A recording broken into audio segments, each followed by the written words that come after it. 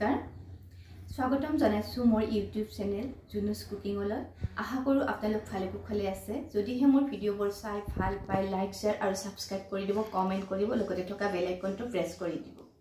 আজি মই বনাবলৈ গৈ আছো বহুতেই ইজি আৰু টেষ্টি এটা ৰেচিপি সঁচাকৈ এই ৰেচিপিটো বনাবলৈ সহজ হোৱাৰ উপৰিও খাবলৈ বহুতেই টেষ্টি হয় এই ৰেচিপিটো মই কেনেদৰে বনাইছো তাকে দেখুৱাবলৈ যাব লাগিব মোৰ পাকঘৰলৈ গতিকে বলক দেৰি নকৰি যাওঁ মোৰ পাকঘৰলৈ আজি মই বনাবলৈ ওলাইছো কঁঠালৰ সবজি আৰু কঁঠাল কাটাৰ একেবাৰে সহজ পদ্ধতি কেনেদৰে কাটিব লাগে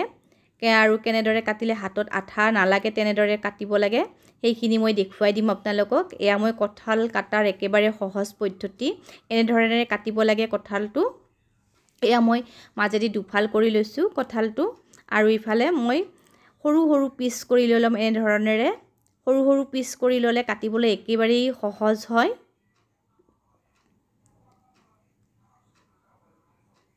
এয়া মই এনেদৰে সৰু সৰু পিচ কৰি লৈছো আৰু এইফালে মই এটা চৰিয়াত পানী দি নিমখ দি থৈ দিছো নিমখ পানী দি থৈ দিলে কঁঠালখিনি কলা পৰি নাযায় কাৰণ কঁঠালবোৰ একেবাৰে কলা পৰি যায় পানীত তিয়াই নথলে সেইকাৰণে মই নিমখ পানীত অলপ সময় তিয়াই থৈ দিছো এয়া দেখিছেনে মই সৰু সৰু পিচ কৰি লৈছো আৰু কাটিবলৈ ইমানেই ইজি দেখা পাইছেনে আপোনালোকে এনে ধৰণে দেখুৱাই দিছো মই এই ধৰণে কাটিলে হাতত আঠাও নালাগে আৰু কাটিবলৈ বহুতেই ইজি হয় এনে ধৰণে কঁঠাল কাটিব লাগে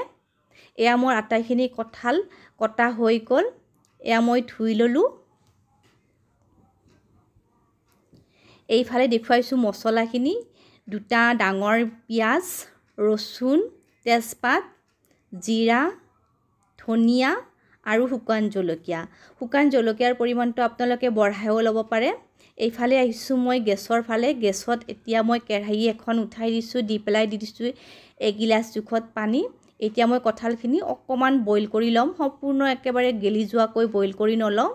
এতিয়া মই কঁঠালখিনি বইল হয় মানে ইফালে মই লৈ লৈছো মছলাখিনি বটি এয়া মই পটাতে মছলাখিনি বটিবলৈ ওলাইছো আপোনালোকে ইচ্ছা কৰিলে মিক্সি গ্ৰাইণ্ডাৰতে এইখিনি পেষ্ট বনাই ল'ব পাৰে মই পটাতে পিচি লম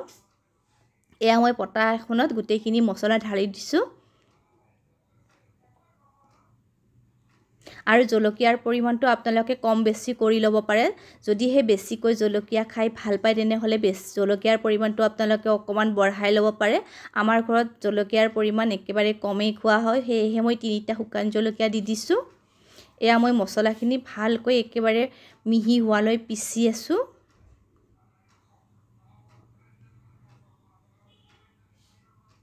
মছলাখিনি যিমানে মিহি হয় সিমানে খাবলৈ তৰকাৰীখন সোৱাদ হয় সেয়েহে মই একেবাৰে মিহিকৈ মছলাখিনি পিচি লৈ লৈছো এয়া মোৰ মছলাখিনি পিচা হৈ গল এইফালে মই অলপমান বইল কৰি লৈছো এয়া মই বইলৰ পৰা উঠাই লৈ লৈছো পানীৰ পৰা এই কঁঠালখিনি বইল কৰা কঁঠালখিনি উঠাই লৈছো আৰু বইল কৰা সেই পানীখিনিও মই পেলাই নিদু কাৰণ এইখিনিতে ভিটামিনখিনি সম্পূৰ্ণ ওলাই গৈছে এই বইল কৰা পানীখিনিও মই পিছত ব্যৱহাৰ কৰিম এতিয়া দি দিছো গেছত কেৰাহী এখন উঠাই কেৰাহীখন গৰম হোৱাত দি দিছো প্ৰয়োজন অনুসাৰে মিঠাতেলটো আপোনালোকে কম বেছি কৰি ল'ব পাৰিব ইফালে তেলটো গৰম হোৱাত ইফালে দিছো পাঁচফোৰণ তেজপাত আৰু কাটি লোৱা পিয়াজখিনি একেবাৰে দি দিছো হালধি গুৰি 1 চামুচ এইখিনি দি পেলাই মই ভালদৰে এবাৰ লৰাই দিছো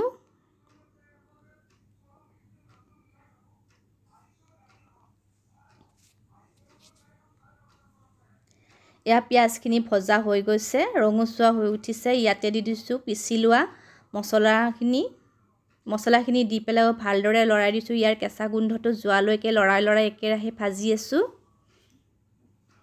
এয়া মছলাখিনি ভজা হৈ গল এই মছলাখিনিও ধুনীয়াকৈ ৰঙচুৱা হৈ উঠিছে ইয়াৰ পৰা কেঁচা গোন্ধটো এৰ খাই গৈছে ইয়াতে দি দিছো কাটি ৰখা বিলাহীটো এই বিলাহীখিনি দি পেলাও মই ভালদৰে লৰাই ভাজি থাকিম এইখিনি একেবাৰে বিলাহীখিনি গলি যোৱালৈ ভাজি লম এতিয়া মই ঢাকনি লগাই 5 মিনিট সময়ৰ বাবে এইখিনি সিজিবলৈ দিছো এতিয়া বিলাহীখিনি সিজি উঠিছে ইয়াতে দিছো জলকীয়াৰ গুৰি 1 চামুচ কাশ্মীৰী ৰেড মিৰ্চ হয় কালাৰৰ বাবে দি দিছো এইখিনি দি পেলাও ভালদৰে লৰাই দিছো আৰু বিলাহীখিনি হেতাখনেৰে মই ভাঙি দি দিছো এয়া বিলাহীখিনি ধুনীয়াকৈ সিজি উঠিছে এতিয়া ইয়াতে দি দিছোঁ জালুক জিৰা গুড়ি এচামুচ আগতে মই পিছতে জিৰা দিছোঁৱে গোটা জিৰা দিছোঁৱে সেয়েহে জিৰাৰ গুড়ি অকণমান দি দিছোঁ আৰু এতিয়া মই দি দিছোঁ বইল কৰি লোৱা কঁঠালখিনি দি পেলাই দিছোঁ প্ৰয়োজন অনুসাৰে নিমখখিনি দি পেলাই ভালদৰে লৰাই দিছোঁ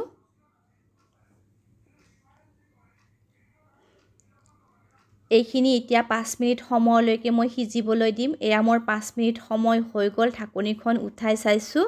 এয়া ধুনীয়াকৈ সিজি উঠিছে এতিয়া সময় হৈছে পানী দিয়াৰ পানী মই বেছি ব্যৱহাৰ নকৰোঁ সেই যে কঁঠাল বইল কৰি লৈছিলোঁ সেই পানীখিনিয়ে মই ইয়াতে ঢালি দিছোঁ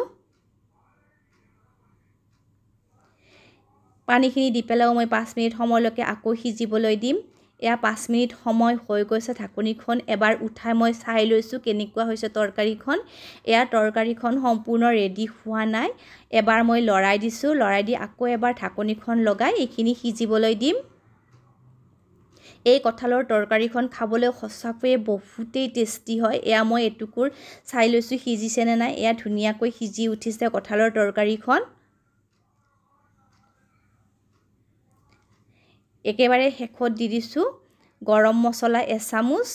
এয়া মোৰ কঁঠালৰ তৰকাৰীখন সম্পূৰ্ণ খাবলৈ ৰেডি হৈ গৈছে মই একেবাৰে